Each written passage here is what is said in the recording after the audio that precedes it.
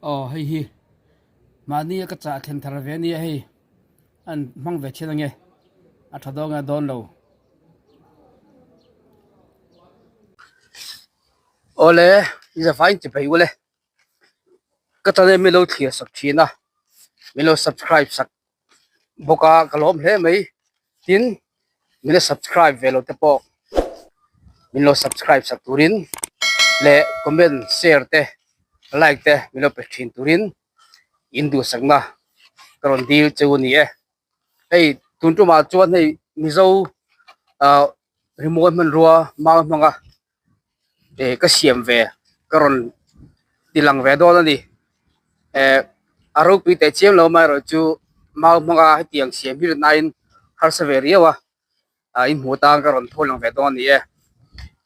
hei heng hi pheng long ani ya sang te ma yang hei chu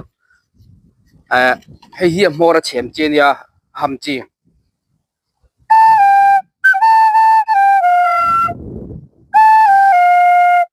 khi tho dewa ari ati kholo ve de utat me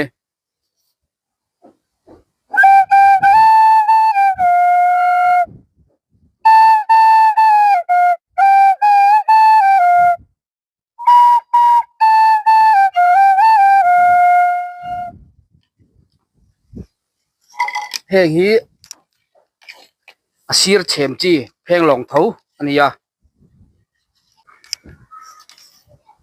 rei po hi asir chem chi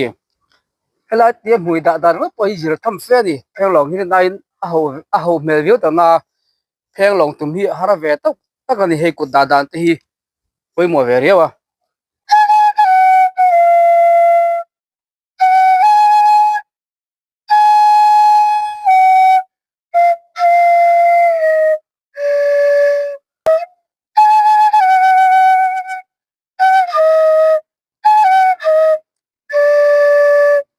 khi thowa duain ari dik the talo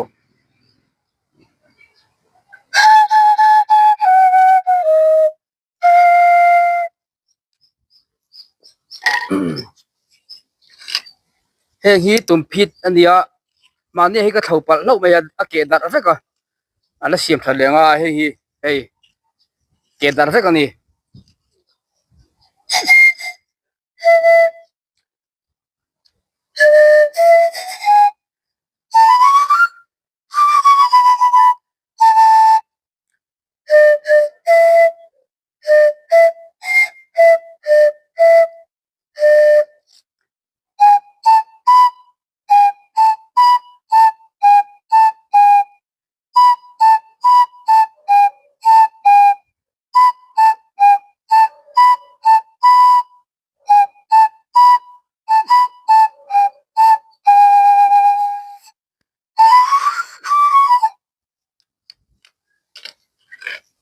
chuan heng hi ni poka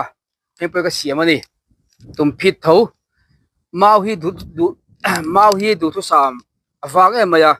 island le tin in chal hei poka ari hi duang che ina moi thi lo ni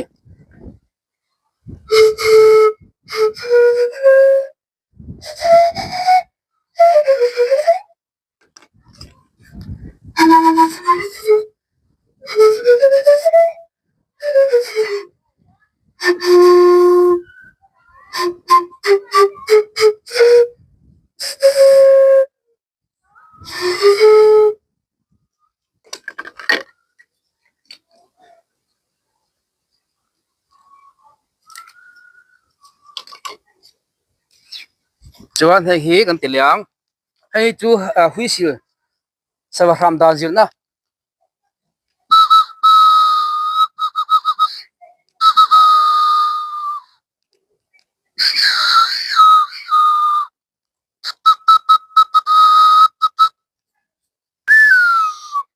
sawa jara ram da nan hi po ka siam tho ni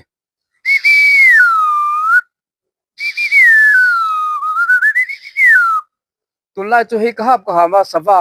hei kanin boi vela hian aron kalfu ma ni mi pokhan e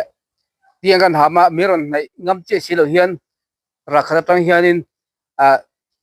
thi hria te han fuwa miron chạy thuyền đó nè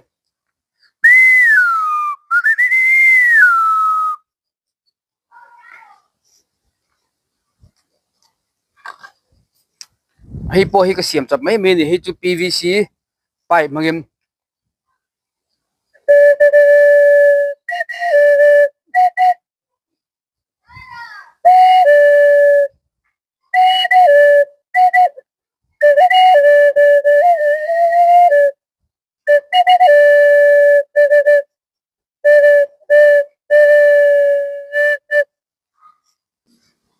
chúa này hi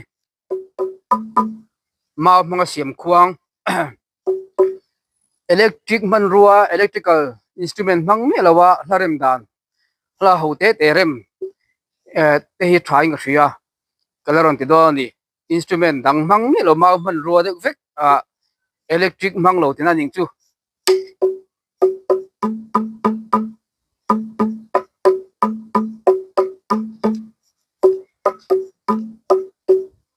e pa xiêm tho ni hey drum set ka xiêm chap ania hey hi snare drum ania adana kala xiêm velo hi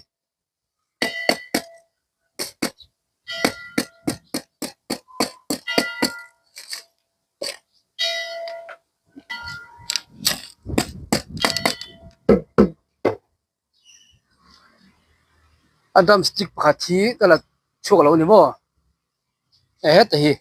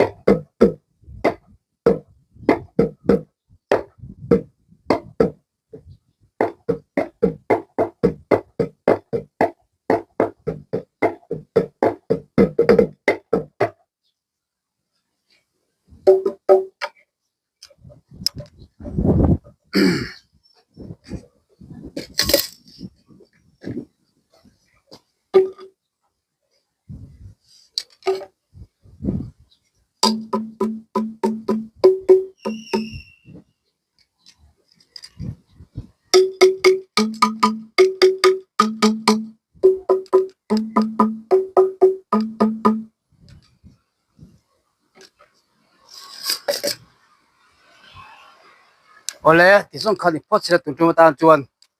si tu te java in nu tha rek pot ole